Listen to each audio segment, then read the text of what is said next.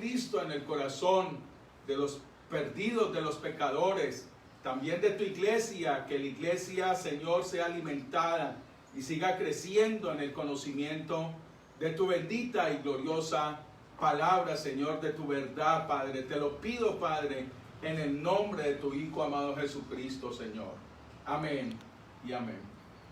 Como saben, mis queridos hermanos, este es mi tercer mensaje. Estamos en el sermón de las 7 palabras y hoy vamos a ver la quinta palabra, y está en Juan capítulo 19, versículo 28, 27 y 28 y 29. Así dice la palabra en Juan capítulo 19, 28 y 29.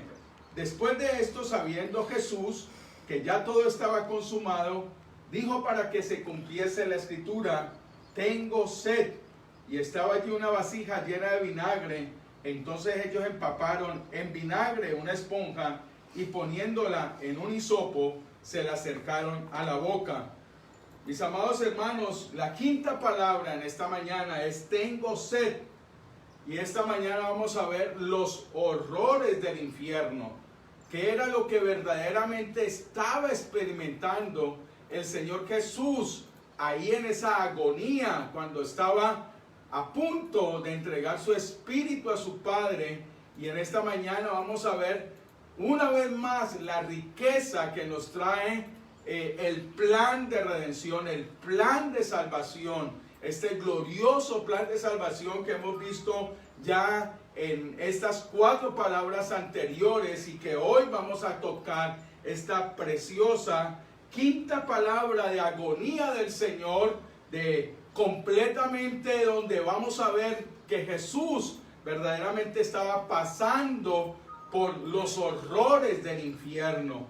Antes de eso voy a dar una pequeña introducción, mis hermanos, y dice lo siguiente: sin lugar a dudas podemos ver cómo el plan de redención en estas palabras nos muestran todo el esplendor y la gloria del Evangelio. Y es donde el Hijo de Dios, aquel que fue desechado entre su pueblo, porque a los suyos vino y los suyos no le recibieron.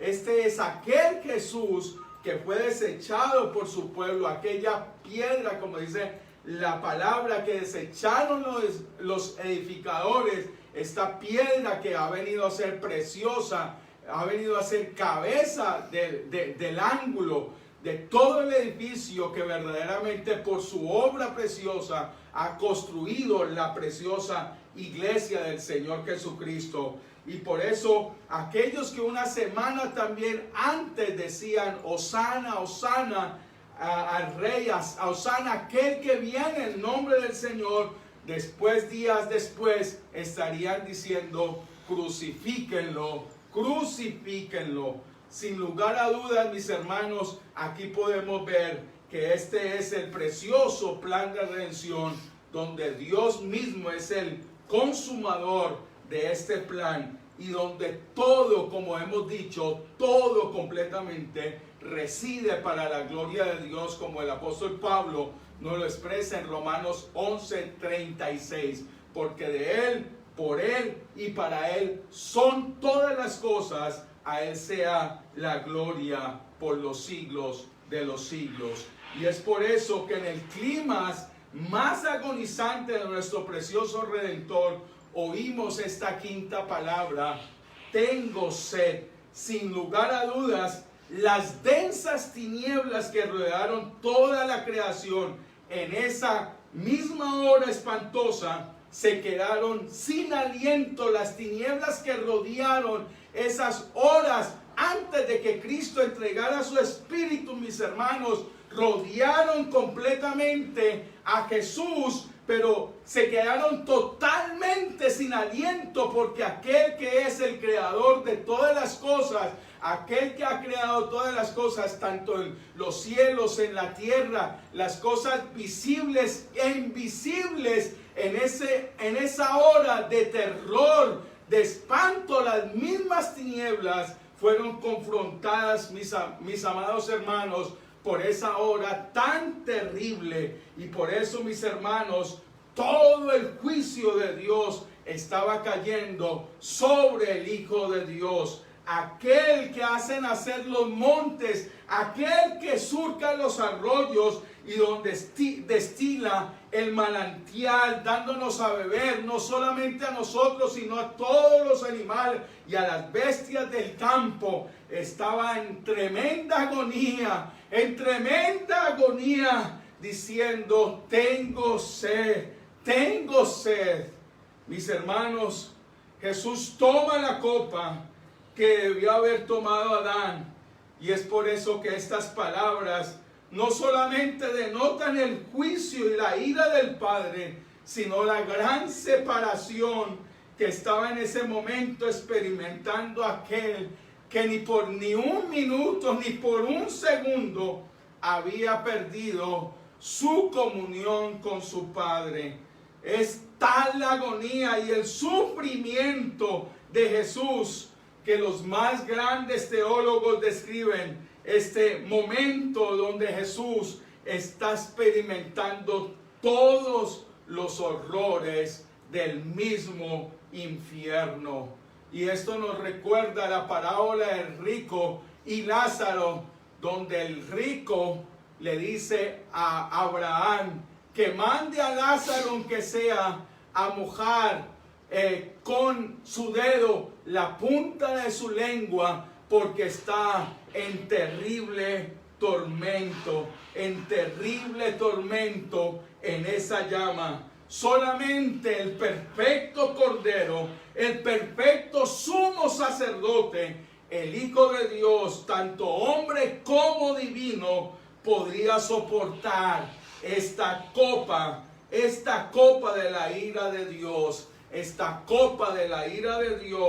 donde en este terrible y agonizante momento donde Jesús estaba llevando todo el pecado de su pueblo, Ahora, en torno a este punto del infierno, muchos están equivocados en que Jesús bajó al mismo infierno literalmente, tomando la cita de Pedro, y esto es lo más herético y erróneo que podemos mirar si verdaderamente analizamos este pasaje. ¿Será que Jesús bajó y predicó a los espíritus encarcelados como muchos enseñan de la generación de Noé? Y es lo que vamos a ver en esta mañana también, antes de continuar completamente esta maravillosa palabra: tengo sed. Por eso vamos a ver si verdaderamente Jesús, cuando murió, fue al lugar de los muertos, o será que descendió a los infiernos como muchas personas enseñan. Y lo que tenemos que mirar es lo que nos dice el apóstol Pedro en 1 de Pedro 3:18. 1 de Pedro 3:18. Mire lo que dice 1 de Pedro 3:18 al 20. Porque también Cristo padeció una sola vez por los pecados, el justo por los injustos, para llevarnos a Dios, siendo a la verdad muerto en la carne, pero vivificado en espíritu, en el cual también fue y predicó a los espíritus encarcelados, los que en otro tiempo desobedecieron, cuando una vez esperaba la paciencia de Dios en los días de Noé, mientras se preparaba el arca, en la cual pocas personas, es decir, 8, fueron salvas por agua.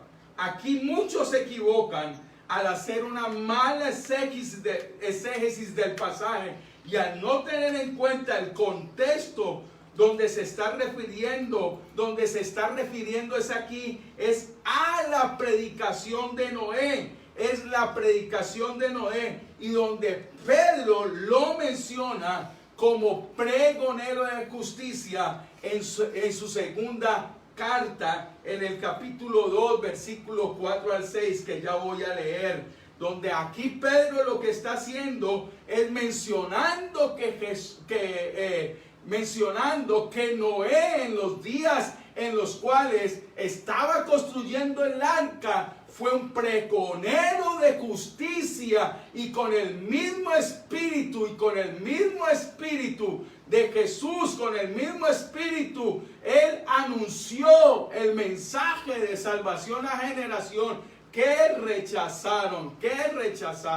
Y es por eso que es el Espíritu de Cristo que le estaba predicando a esa generación como pregonero de justicia Noé, y en donde ellos rechazaron el mensaje de salvación, donde podrían entrar al arca y haber sido salvos de la destrucción y del juicio de Dios.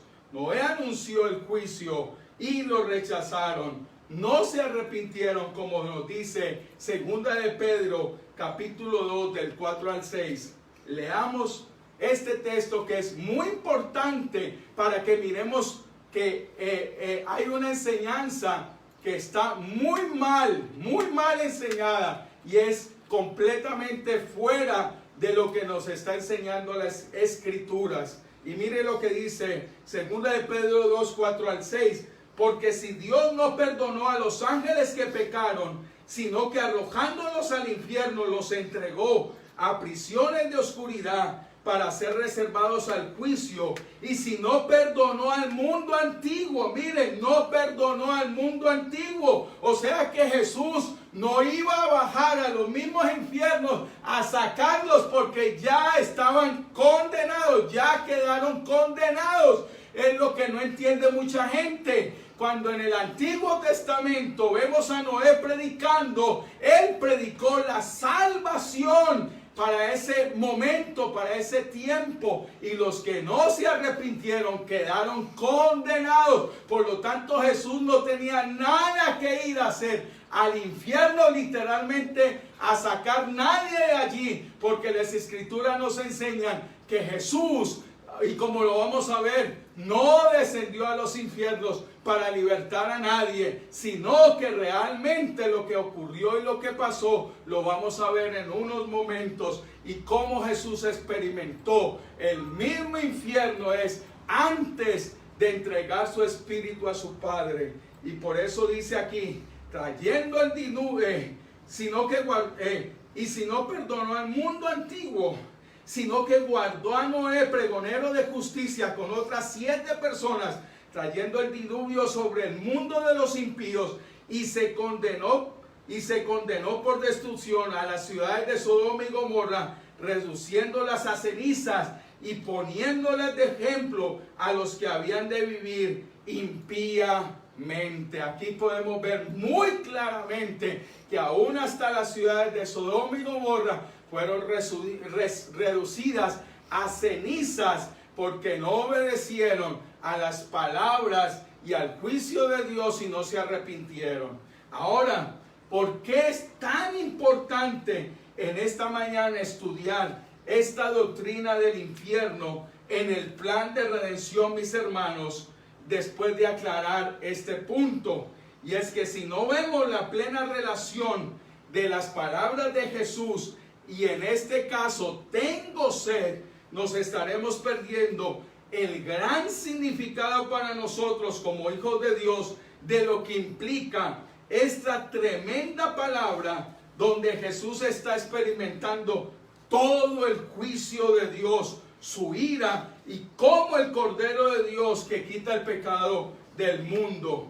Como les he dicho, no se puede ser tan simple, y más aún en lo que respecta al plan de redención. Y es por eso que es tan importante lo que creamos, o es tan importante lo que realmente creemos las iglesias reformadas. Usted en esta mañana está escuchando a un predicador que ha conocido verdaderamente la Escritura, después de mucho tiempo de estar divagando en muchas cosas en las cuales la enseñanza de la palabra no era clara. Ahora, después de unos años, el Espíritu Santo me ha enseñado muchas cosas de las Escrituras donde realmente debemos de enfocarnos de que nosotros realmente Dios nos ha dejado la Escritura, pero también nos ha dejado maestros maravillosos en estos 2000 años que no podemos desechar.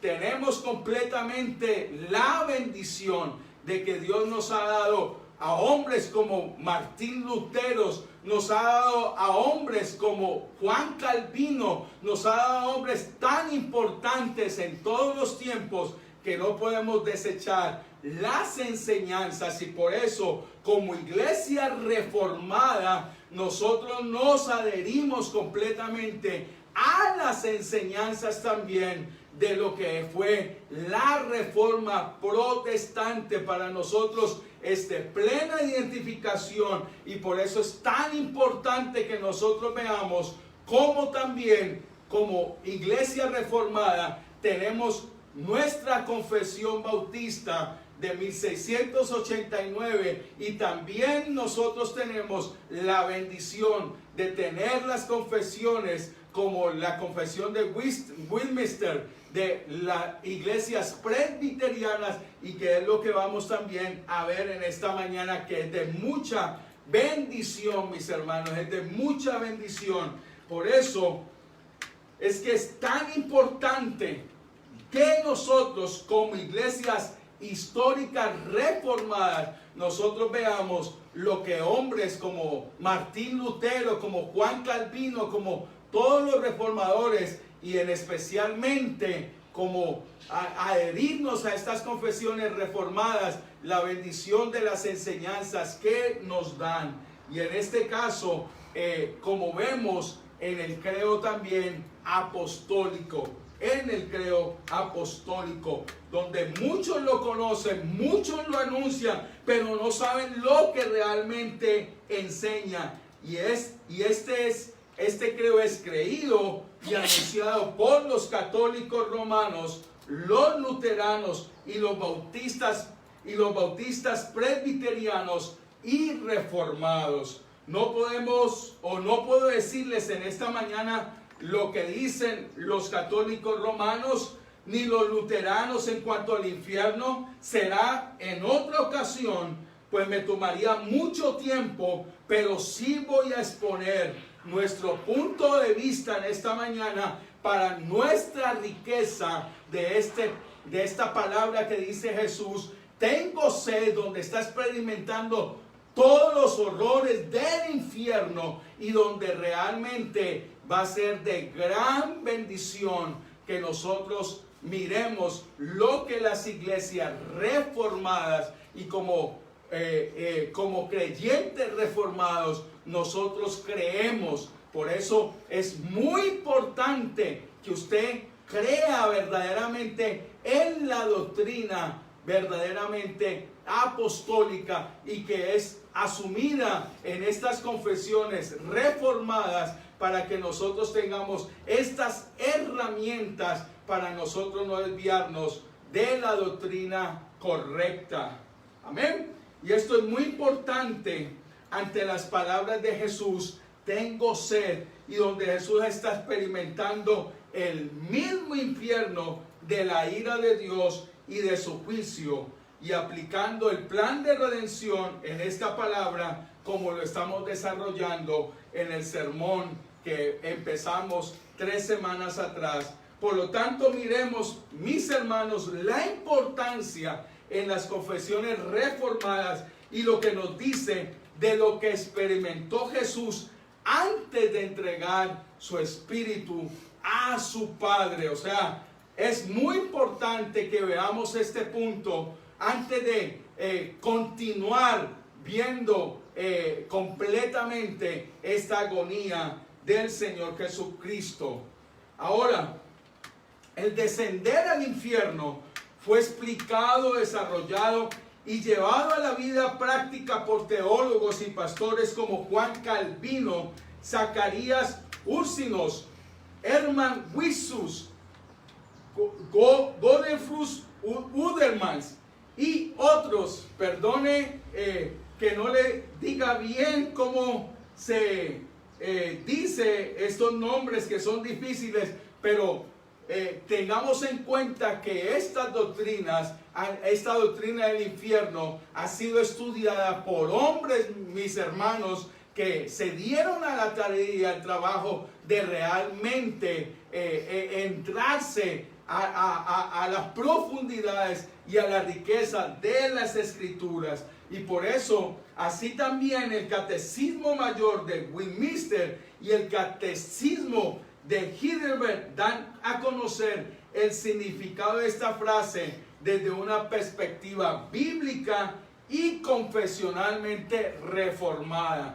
Por eso es muy importante ver lo que nos dice, por ejemplo, el Catecismo Mayor de Westminster, que desarrolla esta frase en la pregunta número 50 con su respuesta. Y mire lo que dice, la pregunta 50, lo que dice: ¿cómo se humilló Cristo después de la muerte? ¿Cómo se humilló Cristo después de la muerte? Y la respuesta que nos da el Catecismo Mayor de Westminster nos dice: la humillación de Cristo después de la muerte consistió en ser sepultado, en continuar en el estado de la muerte y bajo el poder de esta hasta el tercer día, lo que ha sido expresado otras veces en estas palabras: descendió al infierno. La respuesta de este catecismo habla claramente de que Cristo estuvo bajo el estado de la muerte,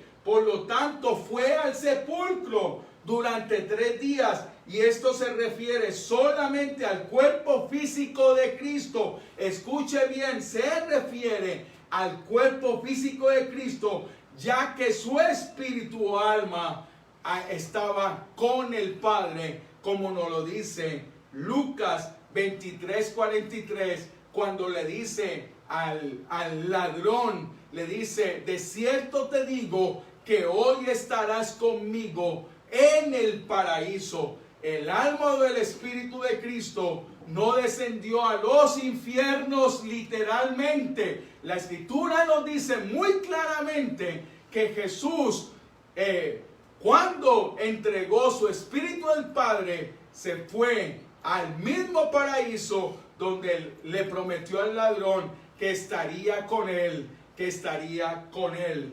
Por eso esto es muy importante, ya que no fue su alma o espíritu que descendió al Hades o al lugar de los muertos.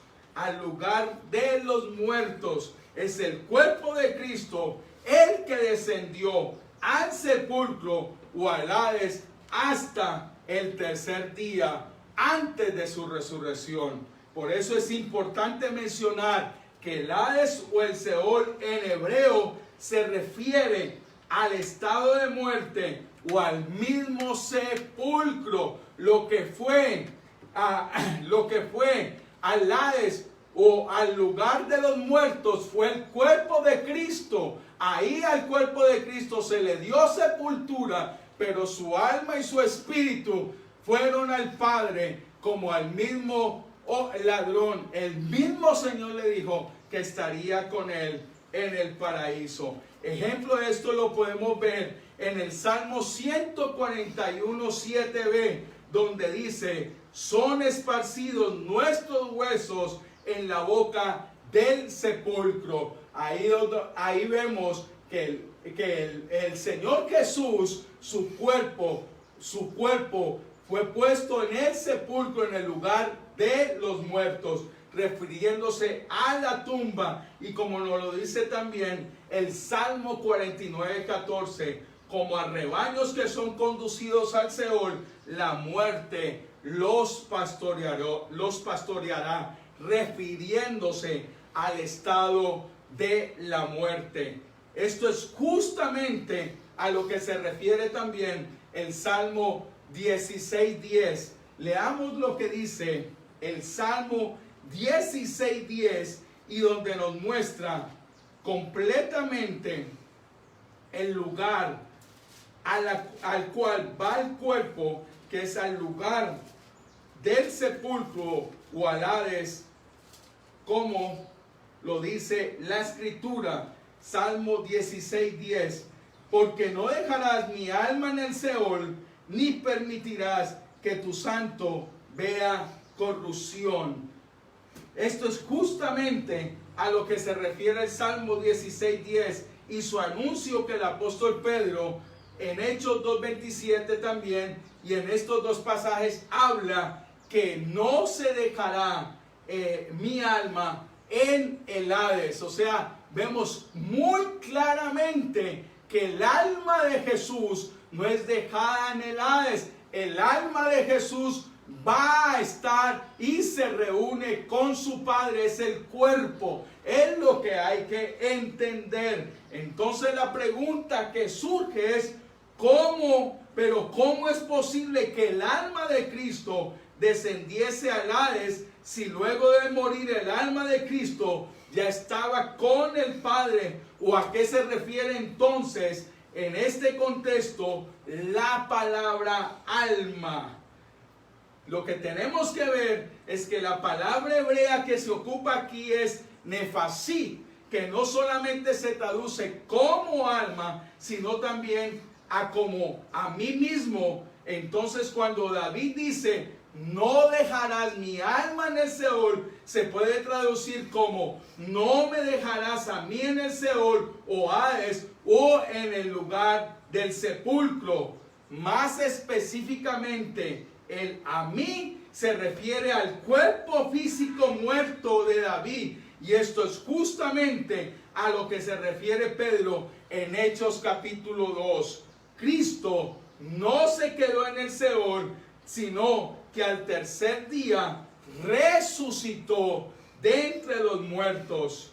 Este fue el desarrollo que le dieron los teólogos de la Asamblea de Westminster al artículo del credo, descendió a los infiernos. Y es también lo que nosotros creemos como bautistas reformados. Nosotros creemos completamente que el cuerpo de Jesús fue al lugar de los muertos y que su alma fue a reunirse con su Padre, como dice Jesús al ladrón, como le dice Jesús al ladrón, que estará con él en el paraíso, que estará con él en el paraíso. Cristo fue crucificado, muerto y sepultado, y estuvo bajo el poder de la muerte en el sepulcro, y al tercer día resucitó de entre los muertos. Al tercer día resucitó de entre los muertos. Verdaderamente Cristo murió. Es importante, Cristo murió y estuvo muerto como cualquier ser humano. Y por eso Cristo, con su verdadera muerte, verdaderamente mató a la muerte. Cristo experimentó la muerte, el Hades, el Seol y el infierno, pero también experimentó la gloriosa resurrección, para que en aquel día postrero también nosotros experimentemos la resurrección que Cristo experimentó en cuerpos glorificados. Esa es nuestra esperanza como creyentes, esa es la esperanza como cristianos. Por eso la importancia de este plan de redención, donde Jesús no se queda en el sepulcro, sino que su cuerpo no sea en el sepulcro, no se queda su cuerpo, sino que al tercer día su cuerpo es levantado. Y esta es nuestra esperanza como creyentes, como hijos de Dios, que nosotros también seremos levantados de entre los muertos, o si no, como dice la Escritura, que en un abrir y cerrar de ojos seremos transformados y recibiremos al Señor en las nubes, en el aire, y estaremos con Él para siempre. Cristo, como cabeza federal del pacto de gracia, no solamente vivió por nosotros cumpliendo perfectamente los 10 mandamientos, sino que también pagó por nosotros la maldición del pacto de obras, es decir, la muerte. Cristo venció con su muerte la muerte. En resumen, el foco dominante de la asamblea puritana fue que el descenso de Cristo debe ser entendido de manera literal o estricta, es decir, el lugar donde el cuerpo humano permaneció sepultado por 3 días antes de la resurrección de entre los muertos. Por lo tanto, aquí también se podría decir que Cristo descendió al Hades como una alternativa a Cristo descendió a los infiernos, de acuerdo a la respuesta 50 del Catecismo Mayor de Westminster. Sin embargo, la explicación que nos da el Catecismo Mayor no es la única dentro de la riqueza confesional y el desarrollo teológico de la comunidad reformada de los siglos XVI y XVII respectivamente. Y aquí la pregunta y respuesta 44 del Catecismo de Heidelberg con respecto a este tema. Y mire lo que dice, pregunta 44. ¿Por qué se añade descendió a los infiernos? ¿Por qué se añade descendió a los infiernos? Que tiene que ver con el credo apostólico. Muchos lo conocen, pero muchos no lo entienden. Y vamos a referirnos a lo que el Catecismo de Heidelberg en la pregunta 44, ¿por qué se añade descendió a los infiernos? Y la respuesta es, para que mis extremados dolores y grandísimas tentaciones me asegure y me sostenga con este consuelo de que mi Señor Jesucristo, por medio de las inexplicables angustias, tormentos, espantos y turbaciones infernales de su alma, en los cuales fue sumido en toda su pasión, pero especialmente clavado en la cruz, me ha librado, gloria a Dios, me ha librado de las ansias y tormentos del infierno. Por eso es tan importante lo que nos dice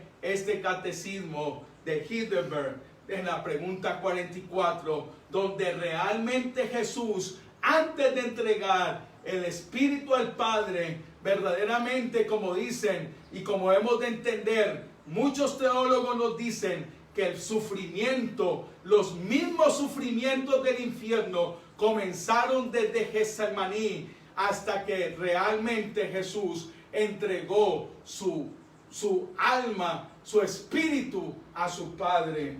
Tres cosas son interesantes de destacar en este párrafo. La influencia de la interpretación de Calvino con respecto al descenso al infierno, la posterior influencia que ejerció este catecismo en los teólogos, y como tercero, nosotros como pastores reformados continentales, la verdadera profundidad teológica que nos da. Y por eso les puedo enseñar. Por eso es tan importante el verdadero pastor que profetiza la palabra escrita, la palabra que verdaderamente nos enseña realmente la escritura. Por eso en el penúltimo capítulo del segundo libro de la institución religiosa cristiana, el reformador francés marca una diferencia, nos marca una diferencia entre la sepultura y el descenso a los infiernos. ¿Y por qué les traigo esto, mis hermanos? Porque es muy importante lo que nos dice verdaderamente Juan Calvino, donde no podemos desechar el estudio de estos hombres, donde no podemos desechar lo que estos hombres nos dicen, y en relación verdaderamente a esta doctrina del infierno y lo que estaba padeciendo el Señor Jesucristo momentos antes de entregar su espíritu a su Padre. Y por eso Calvino dice: algunos piensan que no se dice con ello nada de nuevo, sino que únicamente se repite, con otras palabras, lo mismo que se dijo en la cláusula precedente, que Cristo fue sepultado, como lo vimos ahora. La razón de ellos es que el término infierno se toma en las escrituras muchas veces como sinónimo de sepultura. Convengo en que es verdad lo que afirman, pero hay dos razones por las que se prueba que en este lugar, infierno, no quiere decir sepulcro, y ellas me deciden a no aceptar su opinión. Por lo tanto, Juan Calvino decía que no solamente esta palabra denotaba que fuera sepultura, sino que Calvino realmente dijo que realmente esta palabra iba más allá de la interpretación que se le estaba dando, y es por eso es tan importante que veamos lo que nos dice Calvino en esta mañana. Para Calvino, el descenso puede en verdad significar que Cristo fue sepultado. Sin embargo, él ve una mayor profundidad teológica, y esta es la riqueza que nos da Calvino en este punto, y que no nos puede dejar, que no nos deja y que no nos permite dejar este punto hasta ahí. Entonces, ¿a qué se refiere esta cláusula de Calvino? El desarrollo de Calvino en este punto, en otros puntos, es maravillosamente fenomenal. Es una bendición. Y escuche la profundidad de este reformador en cuanto a descendió a los infiernos. En esta palabra es tremendamente profunda, porque según él lo extrae de la misma palabra de Dios, y lo que el Evangelio nos comunica. O sea que no está fuera de la palabra de Dios. Y por eso Calvino nos dice: nada hubiera sucedido si Jesucristo hubiera muerto solamente una muerte corporal, pero era necesario a la vez que sintiese en su alma el rigor del castigo de Dios para oponerse a su ira y satisfacer a su justo juicio, por lo cual convino también que combatiese con las fuerzas del infierno y que luchase a brazo partido con el horror de la muerte eterna. Porque aquí se estaba batallando, el mismo Hijo de Dios estaba batallando con la muerte eterna. Es lo que hay que entender, y por eso el reformador Juan Calvino nos dice muy claramente que esta palabra va mucho más allá de lo que realmente muchos piensan, que solamente el Señor Jesús fue al sepulcro. Pero por eso es que es tan maravilloso como el credo de los apóstoles dice que Jesús descendió a los infiernos, y esta es la explicación que nos da el reformador. Para Calvino, el descendió a los infiernos es justamente eso, el haber padecido en su alma, escuche, los horrores del juicio de Dios. Los horrores del juicio de Dios no fue después de muerto, fue antes que experimentó todos los horrores del juicio de Dios. Con estas palabras quiere decir que ha salido fiador y se hizo responsable, y que se sometió como un delincuente. Nuestro propio Salvador se sometió como un delincuente a sufrir todas las penas y castigos que los malhechores habían de padecer para librarlos de ellas, exceptuando el que no pudo ser retenido por los dolores de la muerte. Por los dolores de la muerte. Los dolores de la muerte completamente, como dice Hechos 2:24, vinieron sobre nuestro precioso Salvador. Por lo tanto, no debemos maravillarnos de que se diga que Jesucristo descendió a los infiernos, puesto que padeció la muerte con la que Dios suele castigar a los perversos en su justa cólera. Por lo tanto, mire lo que nos dice Calvino también.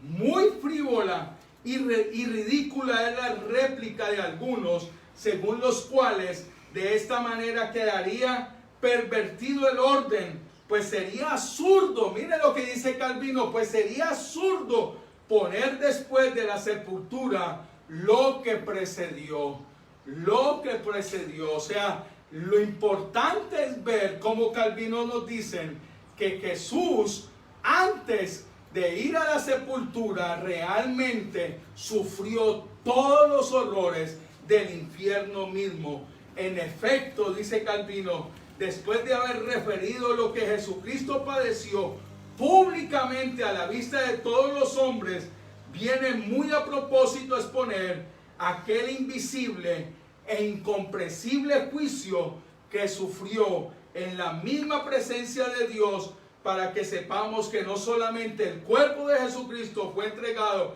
como precio de nuestra redención, sino que su pago además, sino que se pagó además otro precio mucho mayor y más excelente, cual fue padecer y sentir Cristo en su alma los horrendos tormentos que estaban reservados para los condenados y para los repróbados. Esto es lo que verdaderamente Jesús, antes de entregar su alma, su espíritu al Señor, a su Padre, esto es lo que verdaderamente vino sobre Jesús. Todos los horrores del infierno, todos los horrores reservados para los condenados, estaba sobre Jesús en ese momento. El padecer, por eso también Calvino nos dice, el padecer de manera intensiva todo el infierno, que vivirán de manera extensiva en el infierno aquellos que no ponen su confianza en Cristo y se arrepientan de sus pecados, es justamente lo que Cristo experimentó por amor a su iglesia, que son todos los pecadores escogidos desde antes de la fundación del mundo. Es poderoso también lo que nos dice Calvino aquí, el padecer. Mire lo que dice, el padecer de manera intensiva todo el infierno, que vivirían de manera extensiva. O sea, Jesús padeció de una manera intensiva todo el infierno, lo que vivirían de manera extensiva en el infierno aquellos que no ponen su confianza en Cristo y se arrepientan de sus pecados. Es justamente lo que Cristo experimentó por amor de su iglesia, que son todos los pecadores escogidos desde antes de la fundación del mundo. Y también nos sigue diciendo Calvino, ciertamente no se pueden imaginar abismo más espantoso ni que más miedo deba infundir al hombre que sentirse dejado y desamparado de Dios, y que cuando le invoca no le oye, como si Dios mismo conspirara para destruir a tal hombre. Pues bien, vemos que Jesucristo se vio obligado en fuerza de la angustia a gritar: Dios mío, ¿por qué me has desamparado? La palabra que vimos hace 8 días, mi hermano, y que esta es también la terrible agonía de experimentar el mismo infierno en las palabras: tengo sed. Completamente estaba bajo el juicio y la ira de su Padre. Completamente, queridos hermanos. Por eso, también Rudolf Udemas, en el libro La práctica de la fe, la esperanza y el amor, desarrolla la cláusula descendió diciendo, mire lo que dice, Jesucristo sufrió la maldición de la ley por nuestra causa, tanto en cuerpo como en alma, y que Él pagó completamente la culpa y el castigo por nuestros pecados. Esto lo dice este hombre de Dios. Es importante mencionar que Hudemans, al igual que todos los teólogos reformados, no creían que el alma de Cristo descendió al infierno de manera literal después de su muerte, mientras su cuerpo estaba en el sepulcro. Por lo tanto, la pregunta que surge, entonces, ¿cuándo descendió a los infiernos Jesús? ¿Cuándo su alma sufrió la ira de Dios? Wilmos, otro teólogo, Chordicus, en su catecismo Verdades Esenciales en el Corazón de un Cristiano, responde que el alma de Cristo descendió a los infiernos cuando comenzó a sufrir las angustias en su alma desde Getsemaní hasta la cruz, donde recibió toda la ira de Dios. O sea que del mismo Getsemaní hasta la cruz es donde Jesús completamente recibió toda la ira, todo el juicio de Dios, y es ahí donde recibió completamente toda la ira en ese trayecto, mis queridos hermanos. Este punto es desarrollado de manera más extensa en el libro Diserciones en el Credo Apostólico de Hermann Wilson, otro teólogo cuya obra es importante destacar porque no solamente desarrolla la idea de Calvino y el catecismo de Hindenburg, sino que él también considera la idea desarrollada en las asambleas de Westminster. Por lo tanto, para Wilson, el descenso al infierno involucra una parte que se refiere al cuerpo y otra parte que se refiere al alma. La parte que se refiere al cuerpo denota la idea de que el cuerpo humano de Cristo estuvo bajo el poder de la muerte en el sepulcro hasta el tercer día, y por otra parte, con la respuesta y con lo que respecta a su alma, debe ser entendido como la angustia que recibió su alma al recibir el juicio de Dios en la cruz.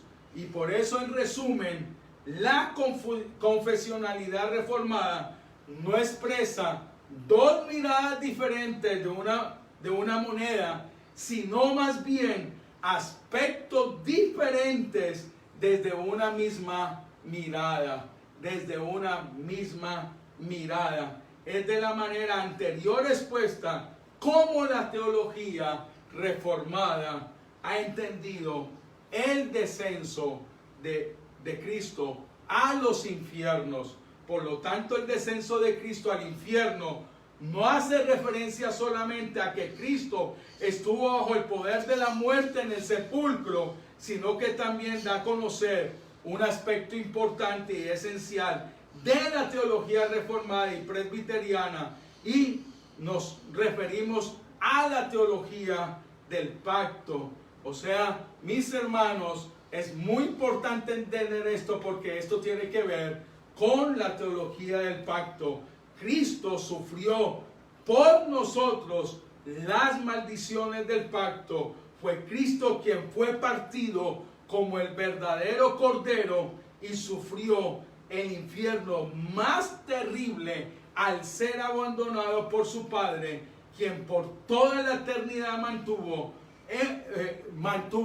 una comunión de amor y gozo, y al mismo tiempo recibir toda la ira y castigo por nosotros.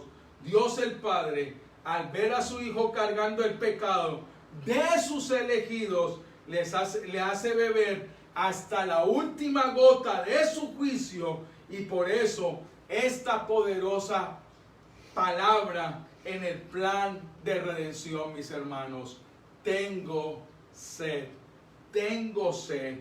¿De qué manera justa los pecadores merecen beber, como usted y yo debíamos de haber bebido esta copa de la ira de Dios, pero fue el precioso Hijo de Dios que la bebió por su pueblo, que la bebió por su iglesia. Aquel Dios 3 veces santo que odia el pecado con todo su ser, por nosotros hizo a su amado Hijo pecado, y es en su Hijo el Cordero sin pecado, aquel que nunca pecó, aquel por el contrario cumplió perfectamente la ley de Dios, y donde Dios descarga toda su santa indignación contra el pecado, fueron los ojos de Cristo colgando en ese madero ensangrentado, quienes vieron el rostro de su Padre lleno de una santa ira contra él, para que en ese mismo momento el Padre pudiese mirar con un santo amor a aquellos que adoptaría como a sus hijos por medio del Hijo.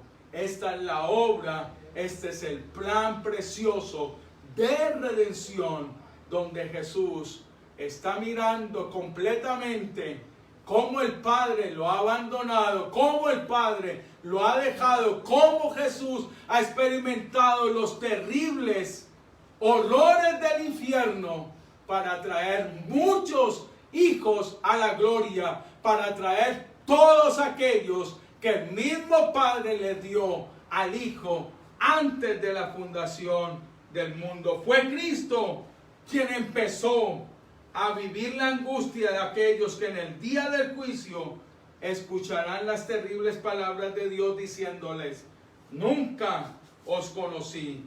Fue tanto la angustia de su alma que su frente empezó a sudar gotas de sangre. Fue tanto la angustia que la palabra tengo sed no podía ser apaciguada con el vinagre que le acercaron a la boca. Ese vinagre no podía apaciguar la sed de Jesús. Fue tanto la angustia que la palabra tengo sed no podía ser apaciguadas con el vinagre que le acercaron a la boca, mis queridos hermanos. Por lo tanto, la palabra Hades puede describir esto. No puede describir esto. La palabra Hades no puede describir lo que significa que Cristo, colgando en la cruz, pasó de ser el bendito de toda la eternidad a ser considerado maldito, porque maldito es todo aquel que es colgado en un madero. Gálatas 3:13. Es terrible, es la terrible palabra infierno la que describe la horrorosa angustia de nuestro Señor en la cruz del Calvario. No es el Hades, no es Hades lo que describe la agonía y el dolor que experimentaba Cristo en todo el proceso de la pasión. En la palabra infierno, lo que anuncia los terrores de soportar el castigo de la ley, es el infierno y no el Hades. Lo que describe el ser consumido en el altar de Isaías 6 son sus padecimientos en el fuego del altar, lo que trae salvación a nuestras vidas. Y es ese altar, es su ofrenda perfecta en la cruz, mis hermanos. Esa ofrenda perfecta en la cruz que solamente puede liberar al pecado, al pecador. Es la única ofrenda que puede liberar al pecador. Si bien su cuerpo sufrió de manera indescriptible cada latigazo romano, su conciencia y su mente sabían lo que significaba experimentar en todo su ser la justicia divina. No podemos describir el sentir de un hombre al saber que será condenado a muerte. Cuanto más el Hijo de Dios, cuando iba cargando esa cruz con su cuerpo totalmente desfigurado y ensangrentado, y su corazón latía cada vez más fuerte al saber que se enfrentaría al juicio de su Padre. Sin duda alguna, mis hermanos, la oscuridad que cubrió el día de la crucifixión no se compara con la oscura angustia de Cristo en todo su proceso de su pasión. El Hades no puede describir lo que significa morir literalmente con el corazón roto, tal como predicó el pastor Martyn Jones. Y mire lo que dice el pastor Martyn Jones, cuando dice que cuando los soldados le atravesaron el costado con una lanza, al instante salió agua y sangre. El corazón había reventado y la sangre se había coagulado, y allí estaba el suelo y la sangre coagulada, porque su corazón se rompió literalmente ante el tormento de la ira de Dios sobre él y por la separación del rostro de su Padre. Ese es el amor de Dios. Ese, querido amigo, es el amor de Dios hacia ti, un pecador. Este es el amor de Dios hacia ti, pecador. Y es por eso que la angustia, los terrores, los horrores del infierno que Cristo cargó antes de entregar su Espíritu al Padre son incomparables a lo que el hombre va a experimentar en el infierno, queridos hermanos.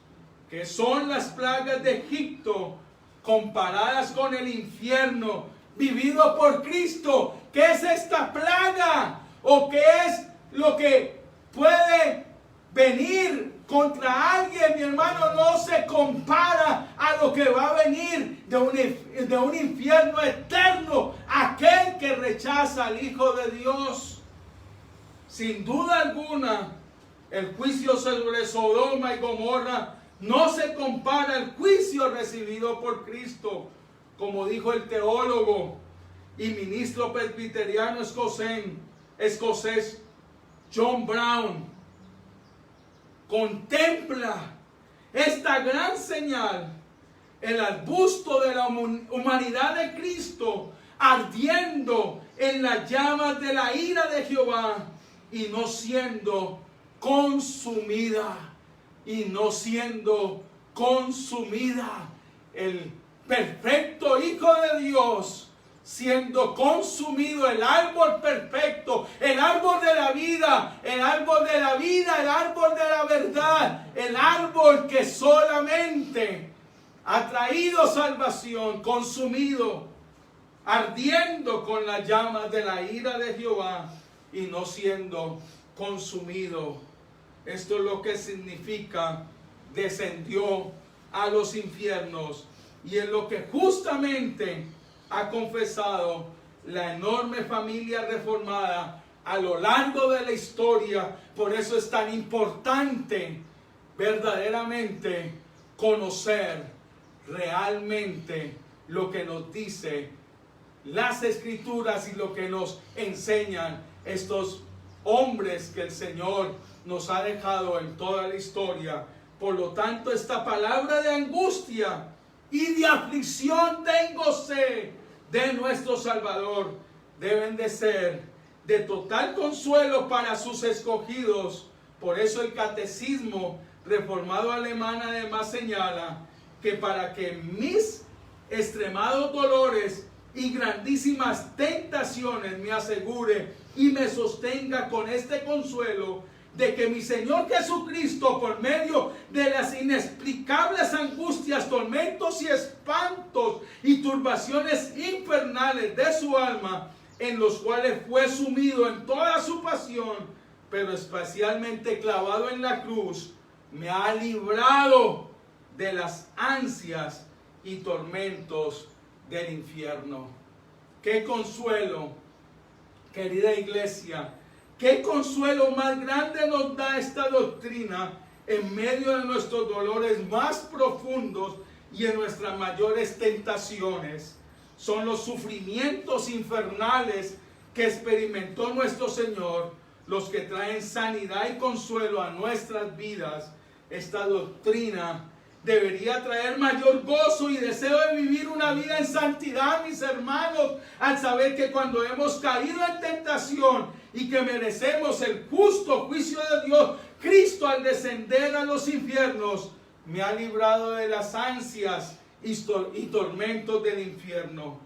También recibimos un enorme consuelo al saber que cuando enfrentamos la muerte, no estaremos para siempre en un sepulcro, sino que también resucitaremos con un cuerpo glorificado, y que cuando llegue el día del juicio y estemos mirando al juez del universo, Él no nos arrojará al lago de fuego para sufrir la ira eterna de Dios por dos grandes motivos.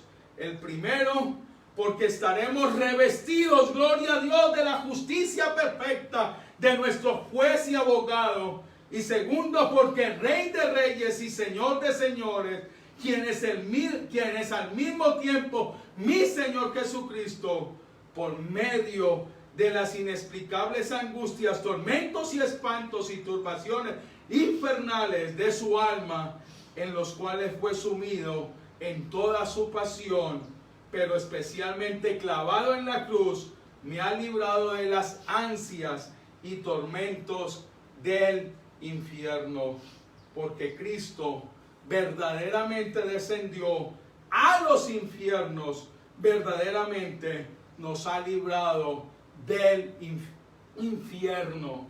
Este es el glorioso plan de redención, mis hermanos, y en el cual miles de personas necesitan oír para la gloria de Dios. Y termino con esto, termino en esta mañana con esto. Aquellos a los cuales Cristo no es su Señor y Salvador, este es el mismo que se levantó en el último día de la fiesta, en esa última Pascua, porque el verdadero Cordero iba a ser sacrificado y ese día iba a ser llevado a la cruz e iba a sufrir los horrores del infierno. Aquel precioso Salvador se levantó en ese último día de la fiesta y dijo: si alguno tiene sed, venga a mí y beba, y el que cree en mí, como dice la Escritura, de su interior correrán ríos de agua viva. Ven a Cristo, bebe su agua, porque en el infierno quedarás como el rico, tan solo una gota de esa agua de vida, pero que será imposible que la recibas. Es imposible en ese día que la recibas. Es ahora. El mismo Señor te dice: si alguno tiene sed, venga a mí, beba, y el que cree en mí, como dice la Escritura, de su interior correrán ríos de agua viva. Mis hermanos, hasta aquí esta quinta palabra, tengo sed. Qué bendición es poder mirar y es poder ver lo que realmente las Escrituras nos enseñan y cómo verdaderamente bajo este plan de redención los hombres pueden venir a Cristo y venir a la salvación eterna. Mi querida iglesia, Iglesia Bíblica Hacedores de la Verdad, sean bendecidos, y dentro de 8 días continuaré este sermón de las 7 palabras con la 6ª palabra, donde Jesús dice: consumado es. Dios les bendiga, la paz del Señor sea sobre ustedes, y les amo en el amor de Cristo, querida iglesia. Oremos para terminar en esta mañana. Padre eterno, glorioso y Señor Salvador, gracias por este regalo inmerecido. Gracias, Señor, porque toda tu angustia, todo tu sufrimiento, antes de entregar tu Espíritu al Padre, lo padeciste por todos los tuyos, por todos aquellos que ponen la mirada y confianza en ti. Y por eso en esta mañana, nuevamente, Señor, te decimos, gracias, Señor, gracias por tu obra, gracias por lo que has hecho para traernos a la salvación y a la vida eterna. Amén y amén. Sean bendecidos, hermanos.